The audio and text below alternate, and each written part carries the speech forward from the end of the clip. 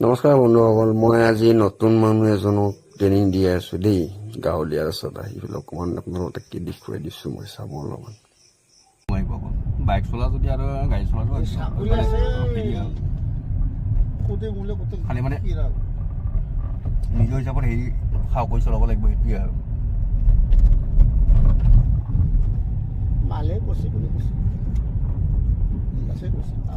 পিছ চাইডে আৰু এজন মানুহ বকি আছে দে, মই দেখুৱাই দিছো। এইটো চাওক, চশমা পিন্ধি আছে, দেখিছ?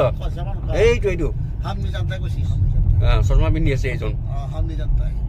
ই যে কি কয় মানে লোকে চলালে মানে সি কিনো বকি থাকে, তাৰমানে ইমানে মানে ভয়তে কি কয় মানে হেৰি কৰে নহয়, নকবি আৰু। দৰ্জা খুলিবলৈ জাপ মাৰি বোলে চলাইছে, ধুনীয়াকে চলাইছে দেই, ভাল লাগিছে। অকণমান ৰাস্তাটো অকণমান বেক কৰি গেমা কামত মই দেখুৱাই দিছোঁ আপোনালোকক। মাজত ইমান জাম ৰাস্তাত তথাপিতো মই মানে এৰি দিছোঁ আৰু ধুনীয়াকৈ চলাইছে কিন্তু দেই। গাঁৱৰ ৰাস্তাত কি ক'ব নালাগে নহয়, গৰু ছাগলী গৰু সকলো থাকে বস্তু। আৰু গাঁৱৰ মানুহবিলাক চব ৰাস্তা ঘাটে মানে ছাইডত বহি থাকে আৰু। কিন্তু চলোৱাত একো বেয়া চলোৱা নাই, অলপত আমাৰ কনফিউজ কৰা নাই চলোৱাত, ধুনীয়া চলাইছে। ৰাস্তা কিয়নো নহ'ব।